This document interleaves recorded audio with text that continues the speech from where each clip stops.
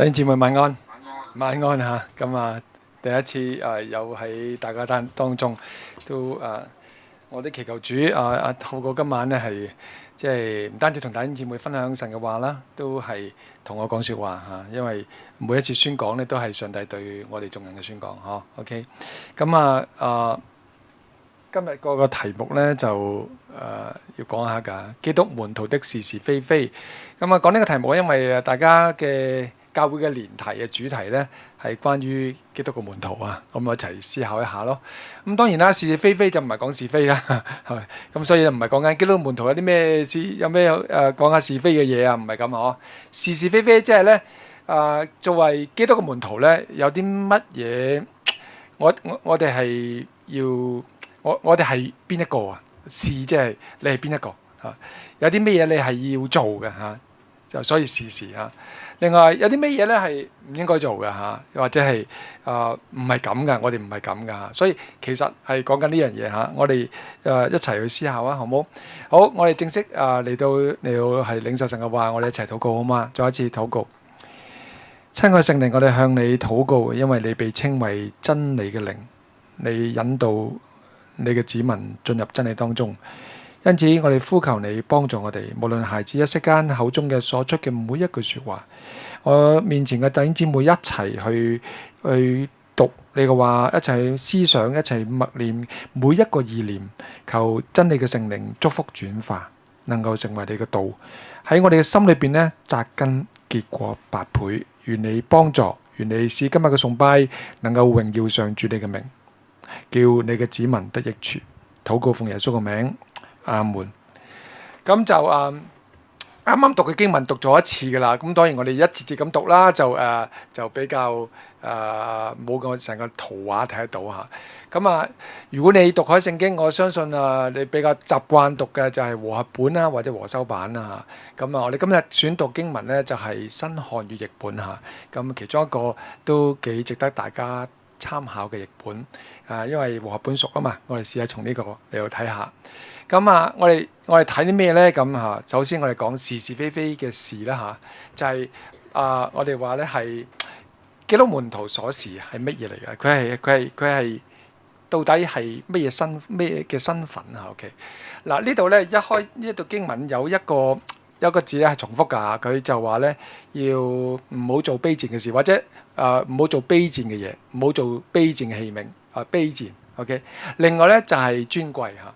咁呢度引發一個討論先嚇，即係喺神嘅國裏邊咧，點樣分卑賤同埋尊貴？即係點樣分呢個嘅我哋話係貴賤啊？點樣定啊？點樣分呢嚇？OK，我哋試下呢段經文啦喎，睇下啦喎OK，留意啦喎，我哋睇呢個經文俾我哋幾個可能嘅答案，而呢啲答案裏邊其中咧，都值得你反省㗎，會唔會有啲嘢係陷阱嚟㗎？思想嘅陷阱啊！嗱，我哋話點樣分神嘅國裏邊嘅貴賤呢？咁呢度第一句係20節，留意咯。佢話豪門大宅不僅有咩話金器銀器，即係黃色㗎啦，金銀做嘅器具。跟住咩啊？也有咩啊？木器瓦器。嗱，呢度首先提出一個可能性先嚇，即係點樣分呢？點樣分貴賤呢？咁嗱，如果從呢度講，佢就呢個係一個類比嚟啫。OK，豪門大宅即係神嘅國啦嚇。但係佢話有金銀嘅做嘅器具，亦都有啲咧係木做嘅、瓦片做嘅，即係嗰啲泥做嘅嚇。嗱，如果咁樣講係嗰個貴賤咧，係咪咁樣分呢？即係如果你係金銀嘅質地，咁你咪貴咯，貴重咯。如果你係木器瓦器，咁你個質地即係低啊嘛，係嘛？即係成本低，咁就係賤咯。嗱，我哋好容易讀嘅經文，我哋咁樣套落去㗎。但係如果你咁樣諗咧，就我相信喺教會成長咧，你栽培百貨都應該掂㗎啦。開始就係咧喺神嘅國裏邊咧，上帝點樣睇人嘅？嗱，上帝如果睇人係咁分，即係話咧，你嘅質地，你係金銀嘅，咁即係咩啊？你才幹多啲咯，你聰明啲啦 ，OK， 你醒目啲啦，你能力高啲啦，明唔明我意思啊？咁你就係貴㗎啦，貴重㗎啦。如果你好平庸嘅，乜都唔識嘅， OK 啊，好多病患嘅，咁係咪即係啞氣木氣咧？意思就係話咧，我哋咁樣諗咧，我哋知道一定答案唔係嘅喎，啱唔啱啊？神嘅國絕對唔係因為你嘅本質係乜嘢嚟講，哦，你咧係貴重，啱唔啱？嗱，呢個第一啦喎，小心嗰個記得嚇，我哋話一個謬思，即係話一個錯誤嘅諗法。我哋話神國裏邊嘅貴重與否咧，我哋係唔係講質地啦？我咁講咧，就好似一講你就覺得同意㗎，但係實際上邊咧，好多時候我哋係咁睇人㗎，明唔明啊？我想講道嘅時候，真理咧講出嚟咧，你應該會理性都同意嘅。不過我哋講嘅係咩咧？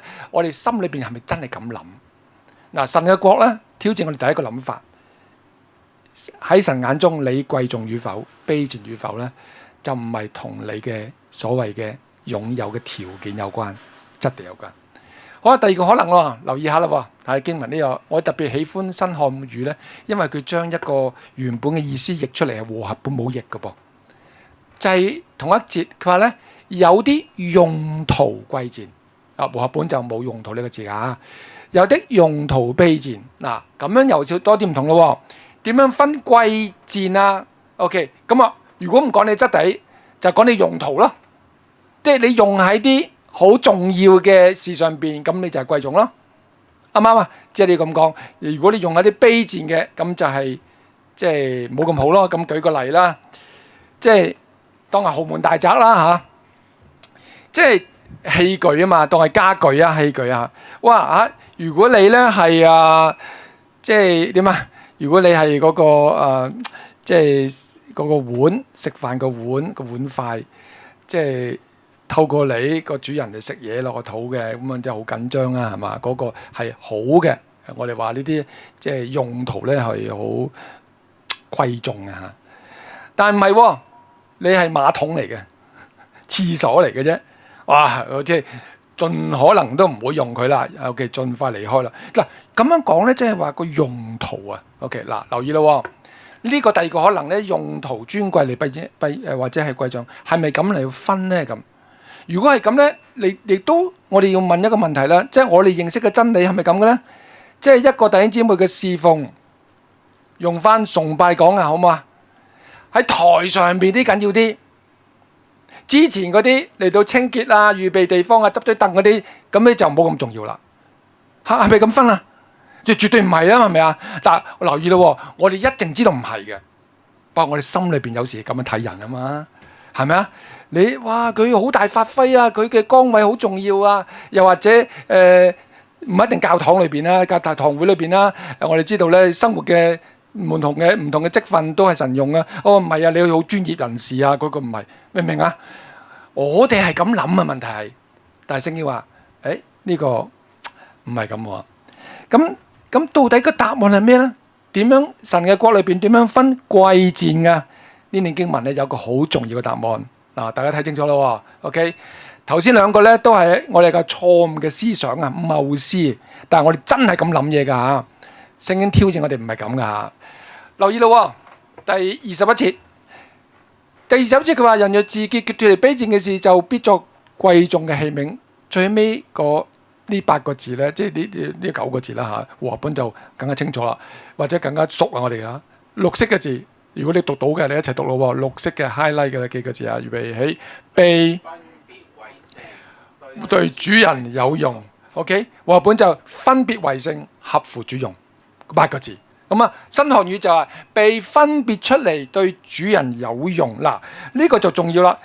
點樣分你尊貴定係卑賤㗎？咁呢度提出一個方向，個方向係咩咧？就係你俾邊個用，決定係在於到底你係俾邊個用緊你。呢個就係決定啦。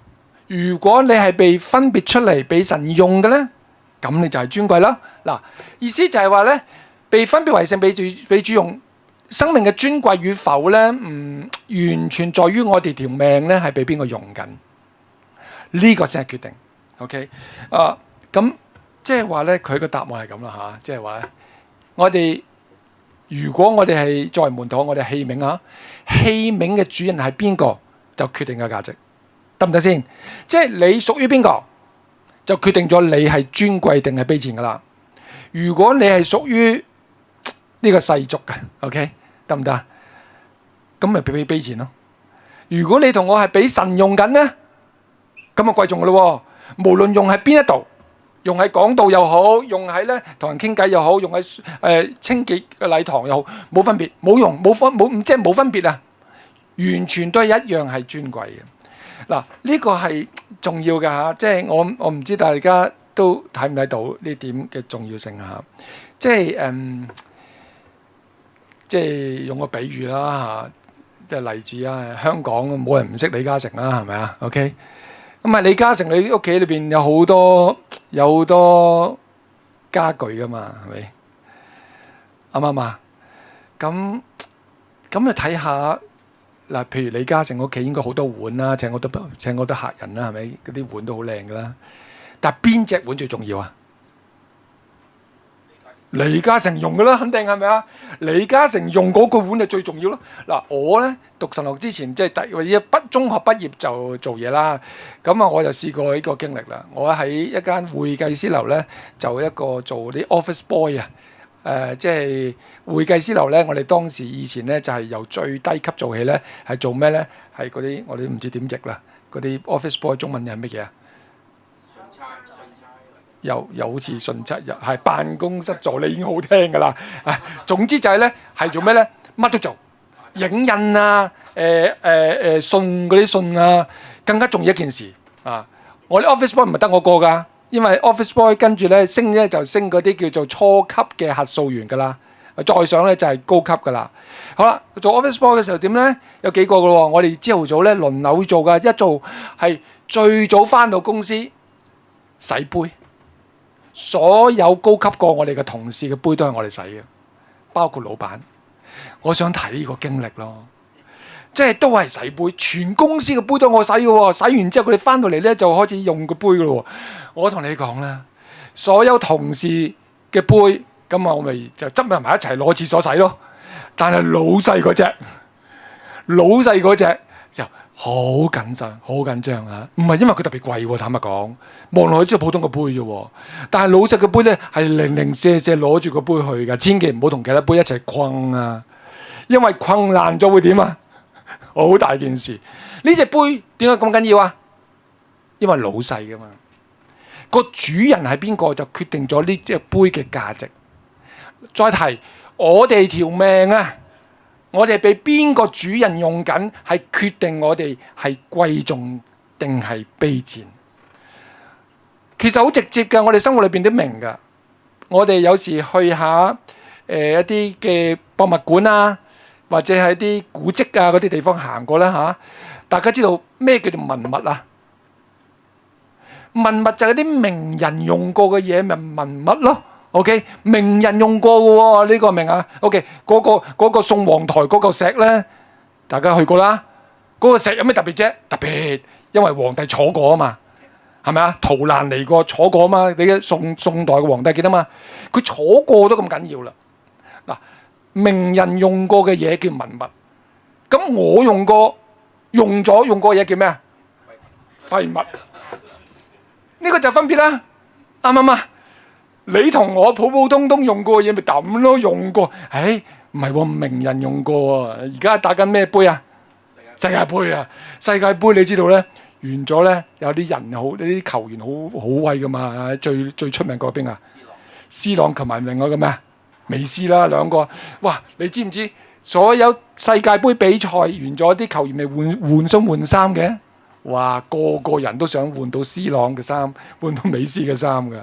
佢着過衫，我先諗着個身成身臭汗嘅衫，好鬼臭噶嘛。咁啊搶住要咧，因為邊個着過啊？名人着過，球王着過啊嘛。所以記得喎，我哋屬於邊個係決定咗我哋嘅價值，唔在於我哋嘅質地，即係我擁有啲咩才幹好叻，又或者我做緊咩崗位，即係有咩嘅貢獻，唔係嗰啲，係邊一個？重要係邊度咧？咁嚟咯，問噶咯。咁到底我哋條命係邊個？我哋而家俾邊個用緊？咁啊嚟之前同佢陳傳道分享啦，咁我讀神學啦嚇，咁咧就係讀咩咧？就讀呢間啊，即係我有2間神學院讀過啦。第一間讀咧就係讀呢一間啊嚇。咁呢一間咧就叫播道神學院，呢個係舊校嚟㗎。如果有機會大家以前去過咧，就係九龍塘，而家搬咗好近大家㗎喎。而家係美孚喺美孚新村裏邊㗎。我點解用呢間咧？我讀嘅時候仲喺九龍塘啊，呢啲係舊嘅校址。咁咧我哋讀呢間神學院咧就佢有啲嘅規矩嘅，嗰啲學生咧係要參與咧去做一啲校務嘅工作，即係話咧清潔啊等等嘅嘢。好啦，每年都唔同喎，但係咧弟兄即係男同學咧就會4年裏邊咧至少有1年咧係會被分派一個好特別嘅工種，叫做特工，好特別㗎。4年嘅住喺嗰度住又好，唔住又好，總之分派唔同工作，又仲打掃啦嚇。OK， 女同學都打掃㗎。OK， 但係你男同學咧先至會嘅。4年起碼有1年要擔任特工。特工做咩嘅咧？洗廁所都唔係特工啊，嗰啲都好平常工啊。就係咧，譬如你擒上嗰啲屋頂咧嘅，如果好多樹葉啊要掃啦，又或者一啲重嘅要搬啦，最緊要係一樣嘢係咩咧？而家要講咯。我做特工嗰年咧遇到啦，就係咧喺九龍塘嗰度啊，九龍塘啲樓咧呢啲樓啊嘛，直情啲樓嚟㗎，好多年前㗎嘛，係咪啊？啲渠務都係好多年前整㗎嘛，佢係低窪㗎喎。有一年我做特工嗰年就遇上，突然間咧有一日咧晏晝咧特登 call 喎，喂，特工組咩事咧？就係咧我哋嘅學生宿舍、老師宿舍，亦都係部分課室嗰個地方地渠啊爆渠。咁啊九龍塘區幾多嘅？爆咩渠咧？爆屎渠嚟料咯喎！嗱，呢個特工做㗎，爆屎渠即係你要去處理喎。咁我第一次遇到啦，我嗰年做特工，咁啊初中我同埋啲同學即係黑白上嗰間嗰度㗎，唔係隔離嗰個本校。我哋衝入去咧。見到咧，我哋其中個女嘅老師咧個住宿，佢哋係地下㗎嚇，佢哋嘅地下個廳個渠咧地渠嚟㗎，爆咗，真係咁湧上嚟，哇！我想講係浸到即係腳呢個眼啊，即係嗰啲渠啊，嗰啲水污水咧，而且好多嗰啲好多啲黃金遍地，成間屋都係，咁你要去處理嘅喎 ，OK。咁啊嚟到，佢話爆啫，我冇諗冇咁大鑊㗎。去到一推開門，哇咁樣嘅，然後咧我就見到有一個人企咗中間啦。嗱，同學未到，我係特工啊嘛，同埋靈修生我都啱啱講到啫，唔係同學嚟嘅。嗰度咧有位弟兄喺度，佢姓向㗎，我哋叫向先生。向生咧就係成間學院嘅維修部嘅負責人。即係佢係負責維修咯，唔係好多同事嘅啫，就佢負責維修。佢已經喺度咯，企咗中間咯，努力咁樣處理緊喎。OK，咁我見到佢向生做緊啦，我哋咪諗住落水啦，特工都要嚟㗎啦，雖然好污糟啦，係咪啊？咁但係正想休佢條褲落去咧，向生你哋唔使落住，你協助啦，唔使落嚟呢度好污糟啊！唔係我哋特工，即係我哋都要做。佢話唔好，唔使。然後咧，同我哋幾個講嗰番説話咧，我一世都唔會忘記㗎啦。佢話咁佢就唔會記得晒我哋嘅名嘅。話同學，你哋唔使唔落嚟，你哋協助啦。嗱，你幫我倒咗佢啦。佢話咧，神咧揀選你哋作上嘅僕人係非常尊貴嘅，俾神用你人生。不過咧，我就冇機會，因為向生咧以前咧都係過來人嚟嘅。即係咧係識籌咩緣故我哋唔知 ，OK。後來改變咗，跟佢有技能嘅，做維修啲好叻嘅。咁咧佢覺得咧自己嘅生命咧被神救翻，所以咧好感激。後來知道神學院咧有一個咁嘅維修嘅工崗位咧，佢就去應徵，然後做咗好多年，做到退休嘅。咁咧向生就話咧，我咧就乜都唔識，我又唔係可以讀到神學。但係你哋咧唔同啊！上帝揀你哋，你哋好好牧養。上帝呼召我嚟到去幫助你哋，能夠安心求學，交俾我。你哋用心，能夠去服侍神嘅僕人係我嘅榮譽。當時我讀緊神學咋，係一個神學生啫。坦白講，我聽到之後，我一啲都唔係覺得，我係神嘅僕人，唔係咁，我覺得係好慚愧，既慚愧又感動。我感動好自然啦，因為佢原來咁用心嘅去做呢件事。慚愧係咩啊？慚愧就係我去嘅時候，見到嘅時候，我真係唔想落噶，我梗係覺得好污糟啊！你明唔明啊？然後呢位弟兄呢，好樂意，非常謙卑，用心嘅去做呢件事。睇佢為一個俾神能夠用佢，使到佢能夠服侍成個神學院嘅機會。請問喺嗰一刻，喺水裏邊嘅向生尊貴啲啦，呢個企喺門口呢個人啊，向生，好多年前嘅呢件事，一生我都唔會忘記。係向生教導我，用佢生命教導我，佢點樣睇佢自己嘅身份，做乜嘢唔重要，俾邊個用先重要。佢好清楚，佢係神學院，雖然佢係維修部啫，但係佢都係俾神用。只要有機會俾神用，佢覺得一件好榮譽嘅事。Amen， 睇到嗬？所以保羅呢度講呢，記得嗬？保羅呢度講嘅係一個咁樣嘅意思啊，即係話我哋如果做門徒，最搞清楚我哋嘅身份，唔好掛住做又忘記咗身份。最重要就係因為我哋屬於耶穌噶，我哋而家俾神用緊啊，係呢樣嘢令到我哋好尊貴，可以啊？呢個係上帝睇法。所以你見到頭先個經文啦，佢話你睇下，佢話被分為對主人有用，然後下邊嗰句係咩啊？預備，一齊讀啊！行各樣的善事。留意啦，呢度話用乜嘢嚟到俾神用噶？去行各樣嘅善事。我就特別提呢度嘅善事呢，就唔係一般嘅講法。做多啲好人啦，施捨啊，見到人過馬路扶佢啊，嗰一個意思。嗰個意思當然係好事，但係呢度嘅善事呢，係講緊其實佢唔係講緊道德方面，佢係講緊一切能夠榮耀上帝嘅事，得唔得先 ？OK， 佢可能同道德冇關，但係嗰件事呢係俾神用，我哋榮耀到佢。榮耀咩呢？榮耀神係作為主呢個身份。再提咯，我哋去能夠預備好各樣一切，只要能夠表明耶穌基督係主，係我個人嘅生命嘅主。係教會嘅主，亦都係呢個社會嘅主。如果我哋做一切嘢能夠榮耀到主呢件嘢，呢個方向，咁就係俾神用嘅人，可以嗬？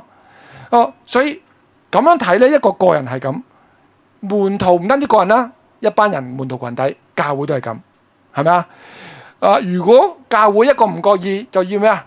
如果用質地講，就係我哋間教會超級大教會 ，OK， 成萬人。呢個係貴重器皿啦，錯噶，唔係因為佢有幾叻，啱唔啱？一間教會是否上帝尊貴嘅器皿，唔在呢間教會嘅大細。咁係咪間教會能夠做好多嘢啊？哇，佢乜嘢都做到啊！所有社會上嘅、社區上嘅問題，佢都服侍到，唔關事，唔關用途事，係咪俾神用？所以非常感動，當陳傳道喺去年呢，有機會喺另一間堂會認識佢，介紹我認識大家。今日嚟到做一啲交流，同阿關姑娘去傾偈啦，我就更加感動。係啊，每一間堂會一開始嘅時候都想發展到大嘅，好容易嘅，好自然，即係為主咯，即係多人增長咯。但係感恩呢度有個好不一樣嘅一個領袖，係嘛？就係我哋被神用，然後我哋服侍嘅禾場啦，喺出邊，尤其是好多唔再被人關心到嘅好邊緣嘅群體，無論係老人院嘅長者、街邊嘅我哋話街友，呢啲一切，我哋係用心服侍。咁呢間教會就一定係尊貴嘅教會。Amen，Amen，可以嗬？咁我哋你可以繼續睇落去，好重要咯。咁呢個係我哋嘅鎖匙啦嚇，即係我哋係乜嘢？咁我哋就講我哋有所作咯，即係有啲咩應該做，或者唔應該做嘅咯。OK， 呢段經文咧都重要噶。當我哋搞清楚我哋嘅身份點樣叫尊貴，俾神用嘅尊貴啦。OK， 咁就提我哋啦。你留意到有兩個相反詞，廿二節佢話，因此你哋要逃避，下邊咧就要追求，兩個方向嚟嘅。即係有啲嘢你見到你要走佬啦，有啲嘢咧你要追住佢啊。嗱，呢個作為門徒咧就要有嘅兩樣嘢啦，逃與追。假設我哋都好緊張自己係一個尊貴嘅身份追求，假設啫，我哋好想俾神用，有咗呢個方向啦。保羅就提我哋，咁你要注意兩樣嘢，逃同埋追。逃啲乜嘢？追啲乜嘢？咁啊，我哋先講呢一個嘅逃啲咩嘢先啦。OK， 好啦，逃咯喎，廿二節到睇啲經文咯喎，我去讀啦嚇。呢度話咧，因此一齊睇下紅色嘅字，因此你哋要逃避年輕人嘅私欲。嗱，呢度就嚟咯嚇。我唔知你點樣定義年輕人啦？呢度最年輕就係呢位弟兄啦，係咪啊？最年輕嚟㗎啦嚇，喺年紀嚟講啊嘛，係咪啊 ？OK， 咁所以好似呢度講話，你哋要逃避少年嘅私欲，就唔關我事咯，係同你講嘅咯，係咪咁咧？留意咯，呢度講緊保羅寫封信俾佢嘅徒弟提摩太啊嘛，啱唔啱啊 ？OK， 然後提佢嘅關鍵喺邊度咧？保羅話：如果要成為神貴重器皿，你要逃避少年嘅私欲。關鍵係呢一度，呢度咧喺第二章嚟噶嘛 ，OK。然後去到冇幾多第四章咧，你留意呢個年輕呢個字再出現噶，大家有冇留意到啊？保羅提醒提摩太，不要讓人小看你咩？年輕。換句話講咧，當時提摩太喺保羅嘅眼裏邊咧，佢係年輕人。佢對住嗰個年輕人講：你要逃避年輕人嘅私欲，呢個先重點咯。即係話咧，唔係話我哋要問乜嘢係年輕人嘅私欲，我要逃避佢，因為你都唔係年輕人咯。保羅係對一個年輕人講：你知道喺你呢個年紀，喺你呢個人生嘅季節，即係你而家嘅年齡啊，乜嘢係你呢個年齡最容易有嘅犯嘅錯嗰啲私欲，你要逃避佢。咁我唔係年輕人，咁點啊？譬如我前年退休啦，咁我都個退休嘅人，呢段經文就講咯，所以你要逃避退休嘅私欲咯。你中唔中個意思？即係咧個關鍵就係我哋要搞清楚認識我哋自己身上邊乜嘢係最容易叫我咧變成卑賤嘅器皿，甚至唔能夠俾神用嘅嘢。個個都要問自己嘅問題，喺我嘅年紀。提摩太喺佢年輕嘅時候就逃避年輕嘅私欲，你同我係一個乜嘢嘅狀態？年紀係其中一個方向嘅。OK， 我哋可以睇下，想提嘅就係我哋要認識我哋自己人生去到乜嘢階段啊 ？OK， 得唔得先？唔單止係年紀，仲要係我嘅經歷啊。然後咧，按住我而家嘅人生嘅階段，搞清楚我點樣可以咧活得更加俾神用得好，有啲乜嘢私欲咧，我要去小心避免。嗱，呢度講解釋咗年輕啦，唔係真係淨係講年輕嘅人嘅嘢，除非你係年輕啦，咁你就講年輕人啦。OK， 而家講更加重要就係私欲。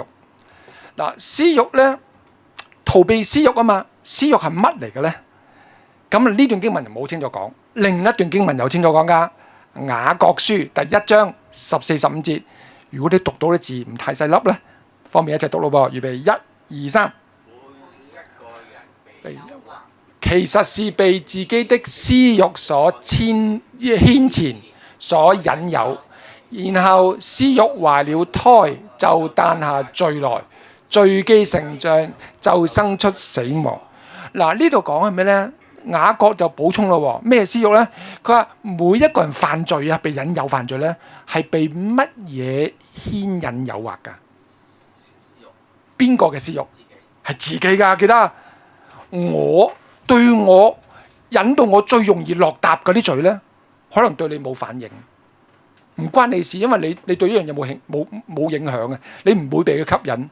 所以每一個人都係俾自己嘅私慾，明唔明啊？而呢私慾呢個字咧，我想你特別注意咯。呢個字有咩重要？點解咁難搞？佢用呢個字眼牽纏，即係咧翹到你實，好似一個漁網翹住隻條魚咁樣，棘到你實嘅。點解私慾能夠可以咁難搞咧？咁難纏嘅咧？因為佢有個特性，私慾呢個字咧，佢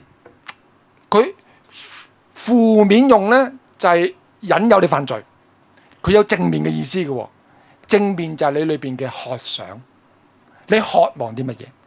所以佢意思係咩咧？本身呢個字係有個意思咯。第一，佢一定係你中意嘅嘢，並且咧有佢正面嘅方向，即係話咧有啲嘢咧係你心裏邊好想嘅、好追求嘅，得唔得啊 ？OK， 嗰樣你先可以吸引你嘛。明顯地係即係我哋成日講啦嚇。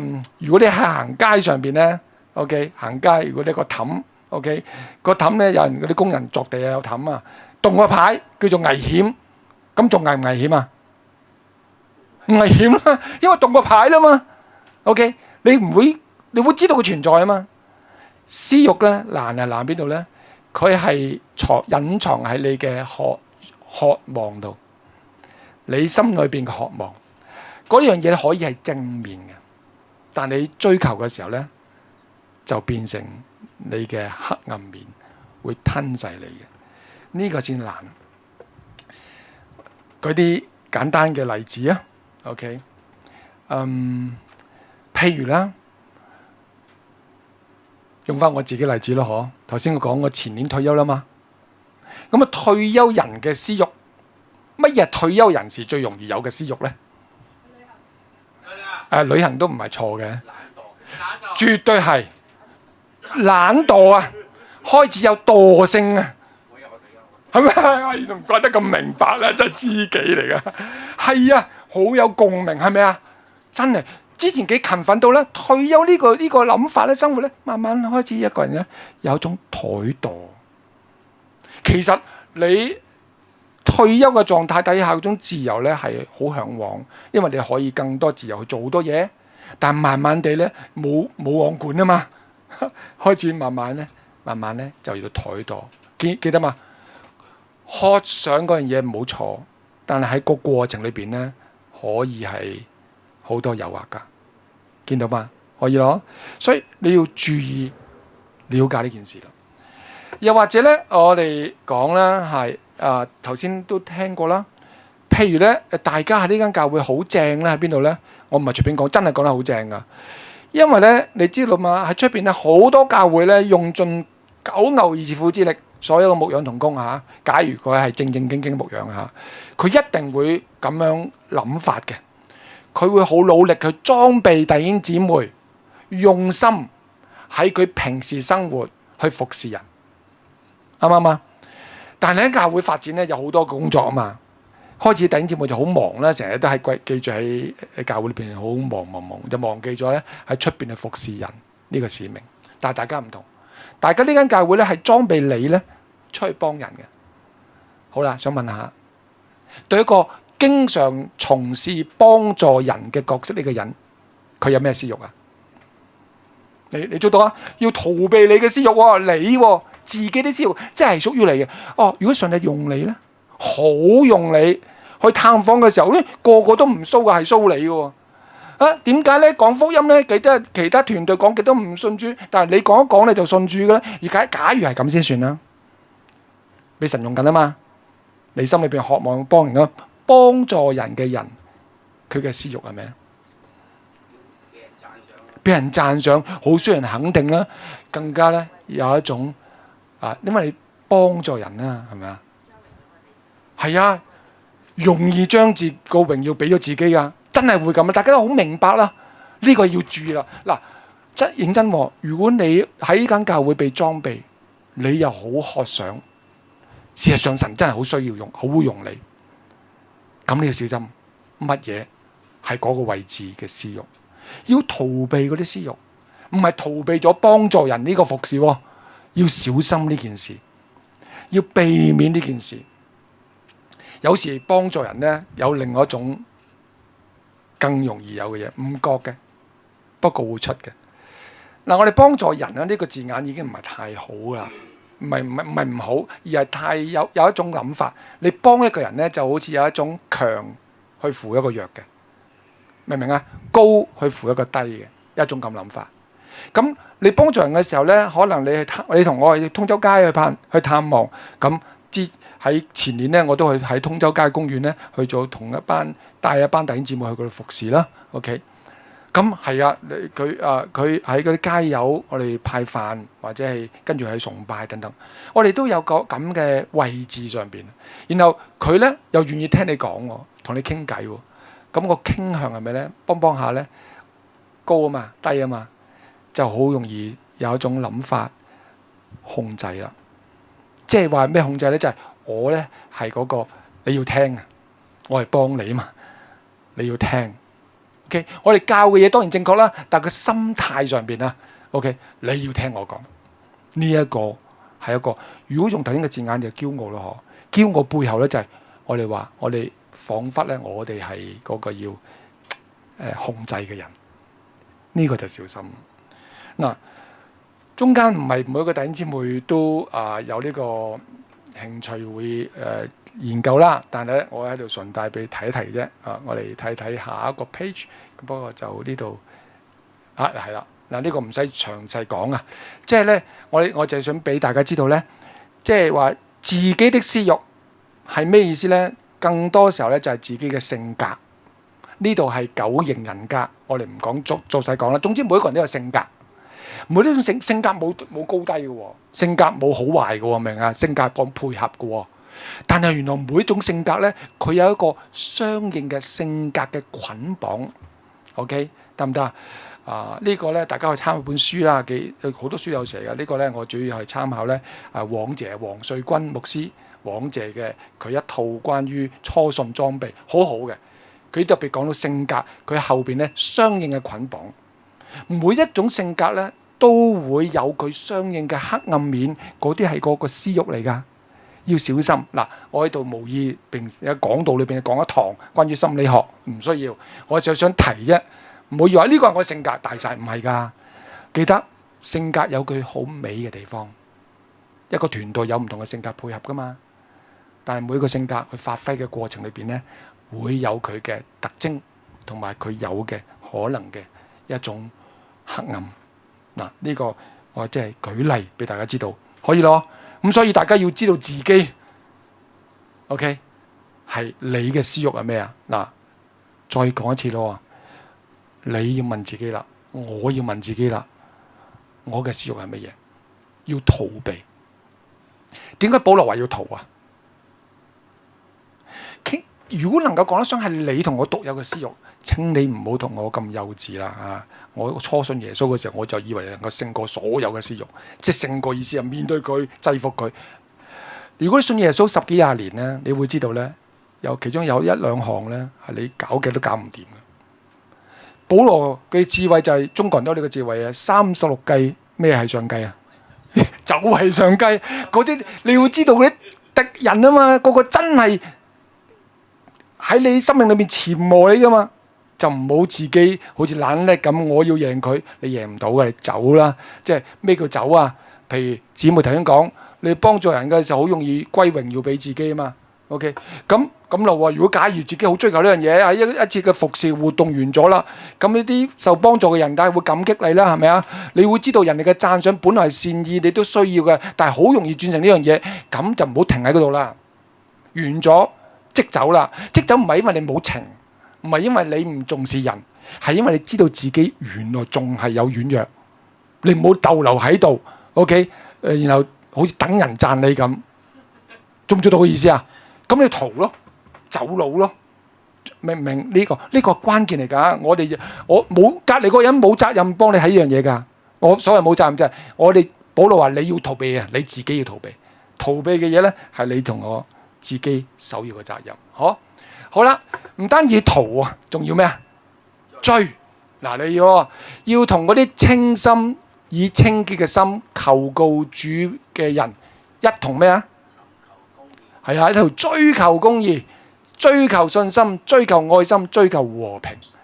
即係一方面，我哋如果要繼續成為尊貴嘅器皿，即係俾神用，咁咧我哋要對付自己嘅私慾，獨有嘅，你知我知，天知地知。OK， 冇呃唔到人，呃唔到神啊，應該咁講，都唔會呃到自己嘅，自己知嘅。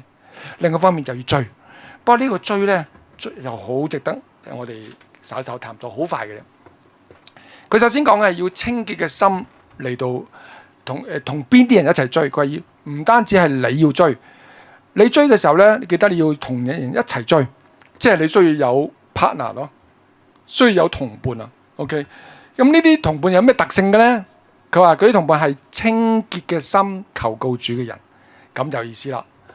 因為我哋可以再一次對照咧雅各書，雅各書講私慾啦，雅各書講求告喎。OK， 我讀俾大家聽，喺雅各書4章1至3節咁講，你哋中間嘅爭戰毆鬥係邊度嚟嘅咧？唔係從你哋百體中戰爭嘅私慾嚟嘅咩？你哋貪戀得唔到，你哋殺害嫉妒又鬥毆爭戰，亦都得唔到。你哋得唔到係因為你哋唔求，你哋求都得唔到，因為你哋妄求，要浪費你哋宴樂裏邊。佢首先講有呢班基督徒咧，當時係基督徒嚟㗎。佢話你唔使旨意。即係你哋冇經歷到上帝嘅，因為點解咧？你根本就唔會祈求上帝嘅幫助。不過就算你求咧，都得唔到，因為你為你自己嘅私慾求嘅，係咪？嗱，呢個就係清心嘅相反啦。呢度話你要同邊啲人追求主啊？哦，佢唔係話同嗰啲祈禱嘅人喎，好多人好成日祈禱嘅喎，但係佢嘅祈禱係咩啊？係浪費咗自己宴樂當中得㗎嘛。所以你要同邊啲人祈禱啊？係嗰啲清心嘅人，清潔嘅心，意思就係佢單單嚟到去追求上主嘅人。OK， 嗱，我呢度呢一句説話咧，我哋可以咁樣提咯啊，弟兄姊妹，我哋少少嘅群體咧，或者咁講啦，頭先同關姑娘閒談當中咧，有好多嘢好多共鳴同意。關姑娘個體會就係，有時有啲好大嘅教會咧，有時人咧比較疏離一啲，係嘛？所以崇拜完咗冇兩句走，咁啊唔一定特登冷漠，但係大嘅對方人嘅對方咧，其實有時好難建立深入嘅關係。反而少少群體可以，我自己嘅堂會都唔係好大嘅咋嚇，100幾200人唔係好大，咁但係小嘅堂會細細地一齊。好啦，如果係咁，弟兄姊妹，我哋好難得上帝俾我哋喺度。咁我哋如果要追咧，保羅提醒我哋唔好一個人追，逃咧就自己要逃啦。但係追咧，你要揾本。點解揾本啊？因為你同我係要彼此守望嘅。咁呢一本係咩咧？留意咯嚇。以下咧就係呢啲經文講噶啦嚇。第一，你要揾一啲清心嘅人。咁我哋問咧咩清心人咧？就係佢心裏邊係咪真係常常記掛上主噶？明唔明啊？八福點講啊？清心嘅人有福了，因為他們必得見神。好，清心嘅人有福，即係佢心裏邊咧係向住神嘅。你要揾啲咁嘅人去同佢一齊追。OK， 梗係啦，你想盡到佢心裏邊係咁向唔同嘅方向，佢帶你就唔同方向噶咯。OK， 第二，求告，佢嘅禱告生活係咪活潑嘅？或者可以問自己啊，自己嘅禱告生活係咪活潑嘅？係咪同上帝好親近？抑或咧都要祈禱嘅，念口簧嘅啫。OK， 咁就唔係呢隻。第三係一同追求，即係咧我哋會花時間嘅，願意喺埋一齊嘅，唔係做嘢之前咧，逢係派飯之前啦，係通州街之前先至會見面嘅啫。平時又冇兩句嘅，電話都唔聯絡下嘅。最後係追求一個方向，公義、信心、愛心、和平，即係追求天國嘅價值同埋美德。OK， 嗱呢度每一項咧都可以細分，大家再去咀嚼。但係佢係講緊內容。你留意到呢度咧係個我寫嘅係個守望問責嘅導引，咩意思咧？我哋需要有伴一齊，需要有伴嘅時候，我哋彼此見面嘅時候咧，問呢4個問題，問呢4個方向啊。OK， 譬如我同弟兄一齊嘅，咁好啊，咁我哋就問咯。每一次見面，佢會問你最近嘅心思意念係咪常常都擺喺主嗰度啊？我又問你咯，你最近嘅侍奉，每次站喺台上面帶詩班嘅時候，係咪清心見神㗎？我哋真係要問，係咪？然後我哋就問對方：你最近嘅禱告生活係咪活潑㗎？係咪真誠㗎？禱告最容易交行貨，你明唔明啊？OK， 然後就一齊喺最後嘅時候咧，呢個一齊追求咧，我想嚟到係用一個非洲人嘅一句説話去講。佢嘅説話咧就係講一個咁嘅方向，佢要翻譯㗎嚇。OK， 唔係用非洲話，佢翻譯就係即係如果你想走得快咧，你就一個人得；但係如果你想走得遠咧，你要揾伴。我將佢譯到中文啦嚇，求快達只能獨走，要志遠夥伴同行。即係咧，你要行得快啲，最好就冇人有人嚟拖住你啊嘛。但係天路咧唔係講快㗎，係講遠㗎，因為係一生嘅路。一生嘅路咧，要行條遠嘅路咧，我哋係極有可能會放棄嘅，極有可能跌倒嘅時候，你就知道嗰種孤單會吞噬你。所以如果要一齊走，俾主用嘅一生，尊貴嘅一生，一生喎，唔係一個節目喎，唔係一個活動，咁我哋需要揾伴，可以嗎？OK， 簡單嘅中文呢幾個字咯。如果你一齊方便讀啊，讀一次好嗎？預備起，求快達，只能獨走，要志遠，夥伴同行，可以嗬？求主幫助我哋，咁啊，讓我哋呢個群體呢，我哋希望大家一再見到上帝好使用喺香港嘅眾教會當中呢，大家扮演一個好獨特嘅位置，配合其他教會一齊，使到神嘅國喺香港裏邊呈現，喺我哋嘅範圍用心成為尊貴嘅器皿。可以啊？點樣叫尊貴啊？問呢個咩問題啊？真係好啊！服侍邊一個就決定你係咪尊貴噶啦。我哋服侍嘅係邊個啊？上帝。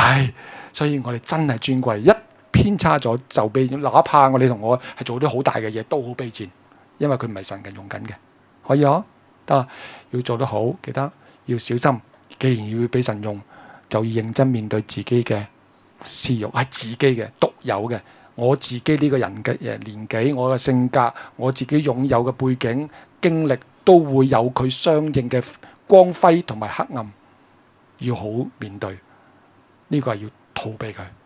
最後唔好望起隔離嗰個，前面嗰個，因為我哋一齊嘅，因為我哋下一條好遠嘅路，好長嘅路。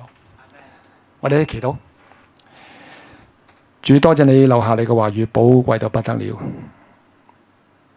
多謝你俾你帶孩子，你今日嚟到你所愛嘅呢間教會，我面前嘅眾弟兄姊妹，我聽到好多故事，我睇到上帝你使用佢哋好獨特嘅位置，孩子衷心嘅感謝。願呢間教會榮耀你嘅名，喺香港眾教會當中成為其中一間尊貴嘅器皿嘅教會。喺呢度嘅眾弟兄姊妹，主啊，唔單止係被牧養、被裝備，亦都係彼此嚟到守望。主啊，意思一生我哋都能夠完成得好，繼續俾你用，用到盡，用到死。多謝你聽我哋祈禱，願你使用我哋每一個。禱告奉耶穌嘅名，阿門。